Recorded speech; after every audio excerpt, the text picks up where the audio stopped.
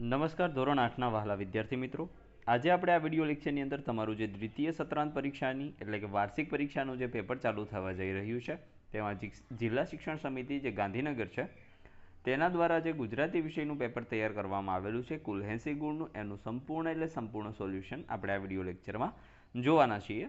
અહીંયા પેપર આપણે સોલ્વ કરીને આપેલું છે, સંપૂર્ણ પેપર સોલ્યુશન આપેલું જ છે, તો તમારે તે જોતું જવાનું છે. તો જોઈએ પ્રશ્ન નંબર પહેલો. નીચેના પ્રશ્નના ઉત્તર માટે આપેલા વિકલ્પમાંથી સાચો વિકલ્પ પસંદ કરવાનો છે, જેમાં પહેલું 20મી સદીમાં શાની શોધ પછી વિવિધ પ્રોગ્રામ્સની થી સજ્જ રોબોટ આવી રહ્યા છે, તેમાં આવશે કમ્પ્યુટર. બીજું, તખ્તમલના પાકીટનો ચોર કોણ હતો, તેમાં આવશે કેટકર. ત્યાર પછી નીચેનામાંથી કઈ મીઠાઈ બાબુએ ખાધી હતી પણ તેનું નામ જાણતો નહોતો, તેમાં આવશે ઢેબર. ત્યાર પછી ચોથું છે પિતાનું મૃત્યુ થતાં વિજય અભ્યાસ છોડીને શું કરવા ઈચ્છતો હતો, તો એમાં આવશે નોકરી.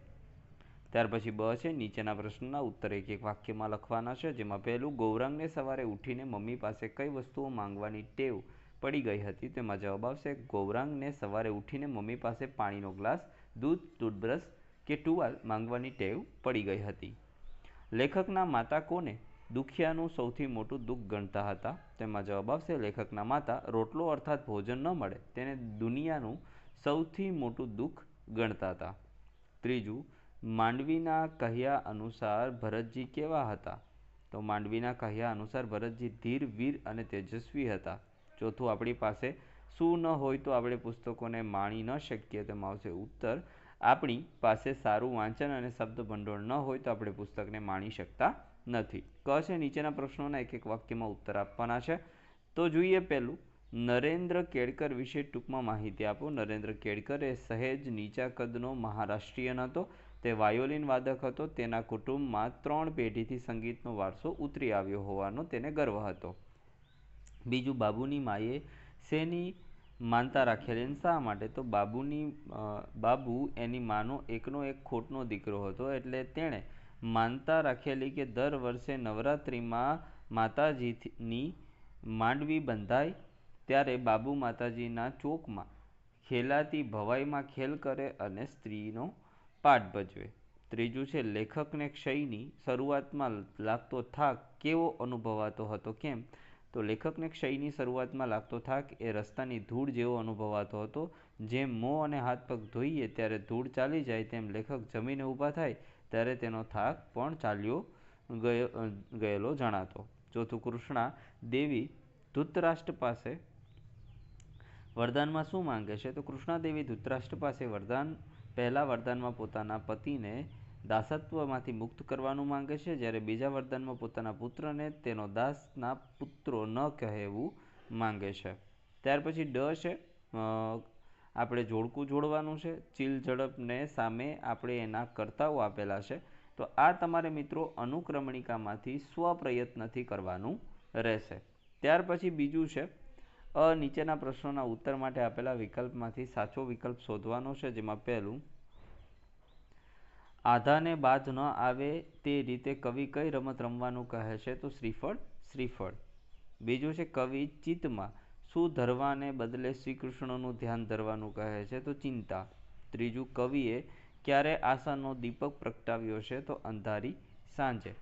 ત્યાર પછી બ છે નીચેના પ્રશ્નોના ઉત્તર એક એક વાક્યમાં લખવાના છે, જેમાં પહેલું, આવડ બાવળની રમતમાં શું કરવાનું હોય છે, તો આવડ બાવળની રમતમાં દાવ લેનારે બાકીના બધાને શોધવાના અને પકડવાના હોય છે. બીજું, શ્રી કૃષ્ણચંદ્રનું સ્મરણ કરવાથી શું થાય છે, તો શ્રી કૃષ્ણચંદ્રનું સ્મરણ કરવાથી જન્મ મરણનો ભય દૂર થાય છે.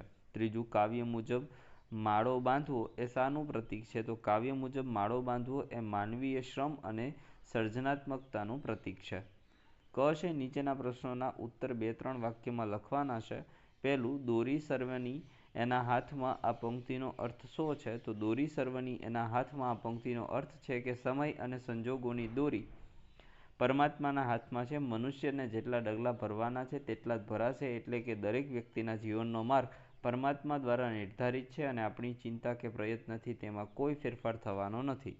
બીજું, છાનામાના શું રમવાનું કહ્યું છે અને કેમ, તો કવિએ છાનામાના મૃગજળ રમવાનું કહ્યું છે. મૃગજળ એટલે રણની રેતીમાં સૂર્યના પ્રકાશથી રચાતો પાણીનો આભાસ. આથી કવિ આપણને મૃગજળની જેમ અશક્ય હોય તેવી વસ્તુને પણ શક્ય બનાવવા સતત પ્રયત્ન કરવાનું કહે છે. ત્રીજું, ચિત્ત શું તું સિદ્ધને ચિંતા ધરે એવું શા માટે કહ્યું હશે? તો ચિત્ત તું સિદ્ધને ચિંતા ધરે એવું કવિએ એટલા માટે કહ્યું હશે કે આપણે વ્યર્થ ચિંતા કરીએ છીએ. કવિ કહે છે કે પરમાત્મા શ્રી કૃષ્ણ જે કરે છે તે જ થાય છે, તેથી આપણે ચિંતા કરવાની જરૂર નથી.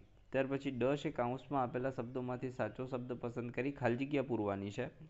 વરસે છે વાયરો ને ધોધમાર ચોમાસું, ખાલીખમ સરોવરમાં વાળો, થાવાનું ચિંતવ્યું થાશે ઉપનિષદ ઓશરે, મર્મ સરખા પારાવારે ખડખડ ખડખડ રમીએ. ખરા ખોટા કરવાના છે મિત્રો કે કવિ પવનમાં પાનની જેમ પહેરણને ઉડતું રાખવાનું કહે છે તો ખરું.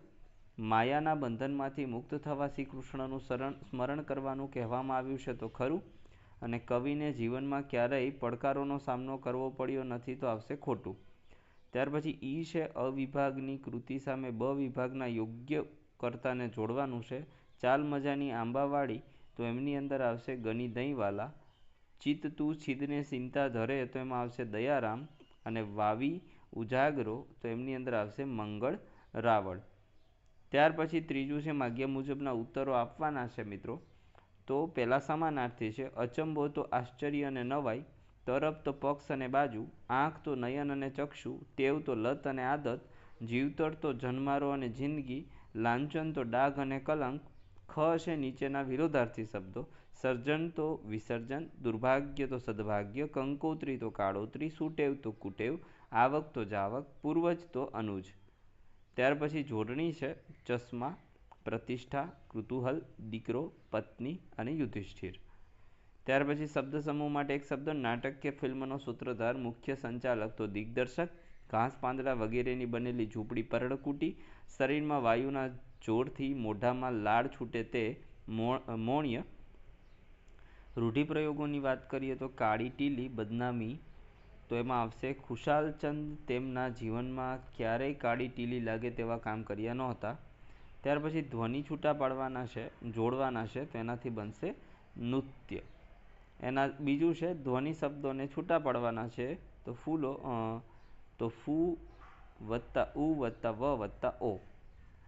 કર્તરી વાક્ય બનાવવાનું છે. મારાથી જૂઠું જ બોલાશે તો હું જૂઠું જ બોલીશ. કર્મણી બનાવવાનું છે. હું તો જાત્રા માંડી વાળું છું તો મારાથી તો જાત્રા માંડી વળાય છે. જ છે નીચેના વાક્યને યોગ્ય સંયોજન જક વડે જોડવાનું છે. તો માએ ખાઈ લીધું, પત્નીએ ખાઈ લીધું, તો માએ અને પત્નીએ ખાઈ લીધું, તો આનેથી વાક્ય જોડાશે. શબ્દકોશમાં તો ધીર, રાજા, વિધિ અને વીર જોડાશે. ત્યાર પછી આપેલી પ્રશ્ન 4નો હશે મુદ્દાઓ પ્રમાણે વાર્તા લખવાની છે. તો સમજદારીનો પુલ, તો અહીંયા જુઓ મિત્રો, સમજદારીના પુલની સંપૂર્ણ વાર્તા આપણે અહીંયા આપેલી છે, એનો સ્ક્રીનશોટ લઈ લો. ત્યાર પછી વિચાર વિસ્તારની વાત કરીએ તો સંપ થકી સુખ ઉપજે જશે, સંપથી કલેશ, જેના ઘરમાં સંપ નહીં સુખ તેને નહીં લેશ. તો એનું પણ અહીંયા આપણે સોલ્યુશન આપેલું છે, તો એનું પણ તમે સ્ક્રીનશોટ લઈ લો. પછી બીજું છે જાતે કરવું, જાતે રડવું, જાત વિના સૌ જૂઠું જી, જાતે જૂજવું, જાતે વધવું, જાત વડે ઉધરવું જી. તો એમનું પણ અહીંયા સરસ મજાનું સોલ્યુશન આપેલું છે, તો એમનું પણ તમે સ્ક્રીનશોટ લઈ લો. એમના પછી પારકિયા સદા નિરાશ, તો એમનું પણ અહીંયા સોલ્યુશન આપેલું છે, તો એનો પણ તમે સ્ક્રીનશોટ લઈ લેજો.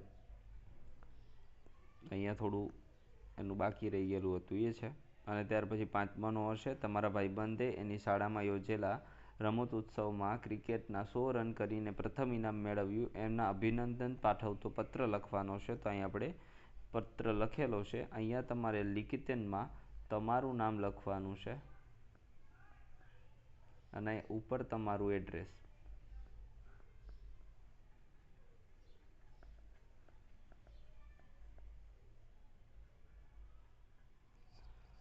ત્યાર પછી બ છે નીચે આપેલા વિષયોમાંથી ગમે તે વિષય પર આશરે 15 વાક્યમાં નિબંધ લખવાનો છે. મેં કરેલો પ્રવાસ, તો અહીંયા જુઓ મેં કરેલા પ્રવાસ વિશે આપણે લખેલું છે. તો પહેલાં આનો સ્ક્રીનશોટ ઉપર નાનો લઈ લીધો, ઓકે. ત્યાર પછી આ નીચે નાનો લઈ લો. એના પછી છે માતૃપ્રેમ, તો માતૃપ્રેમમાં અહીંયાથી પહેલાં એટલો સ્ક્રીનશોટ લઈ લો, અથવા વિડીયો પોઝ કરીને લખી શકો છો. અને પછી આ લઈ લો. ઓકે, હવે છે આથમથી સંધ્યા, તો એનો આ સ્ક્રીનશોટ લઈ લો. તો મિત્રો આ હતું સંપૂર્ણ પેપરનું સોલ્યુશન. આવા જ આપણે પેપર સોલ્યુશન સાથે મળીશું ફરીથી નેક્સ્ટ વિડીયો લેક્ચરમાં અન્ય વિષય સાથે. ત્યાં સુધી આવજો. જય હિન્દ, જય ભારત.